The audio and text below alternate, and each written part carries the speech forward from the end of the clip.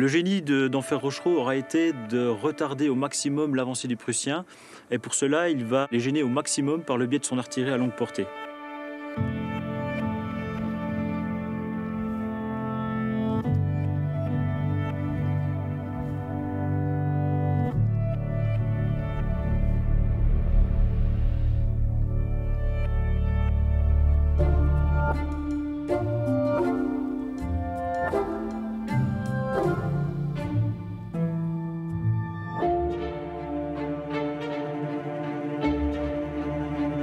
La citadelle de Belfort, c'est un ensemble extrêmement complexe de fortifications qui est le fruit de 5 siècles d'évolution stratégique.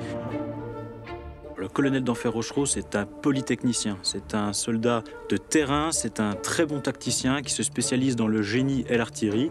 Et lorsqu'il arrive en 1864 à Belfort, va tout de suite procéder à l'édification de fortifications aux alentours de la citadelle pour la moderniser.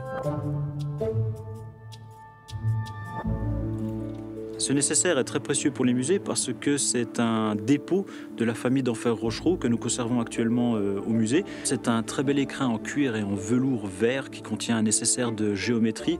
Donc vous y trouvez des compas en laiton et en os.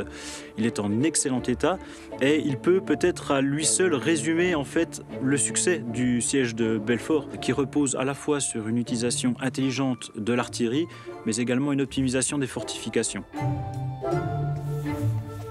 D'Enfer Rochereau a réparti intelligemment son artillerie sur plusieurs forts. Les principales pièces étaient situées donc à la citadelle, on appelait ça la place du château, notamment dans les batteries axe haute et basse. Ce nécessaire de compas l'a accompagné dans sa casemate pendant le siège de 1870, notamment pour les relevés topographiques et notamment les calculs d'artillerie et de balistique.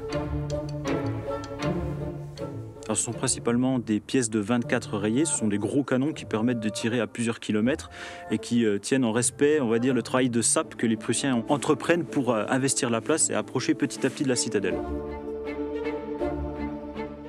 Après 103 jours de siège, dont 73 de bombardement, d'Enfer Rochereau se refusera toujours de rendre la place. Il faut attendre un ordre du gouvernement. D'Enfer Rochereau ne se considérera pas comme vaincu, donc sortira avec ses troupes, armes à la main. Ce qui fait la singularité de Belfort, la ville qui ne s'est pas rendue.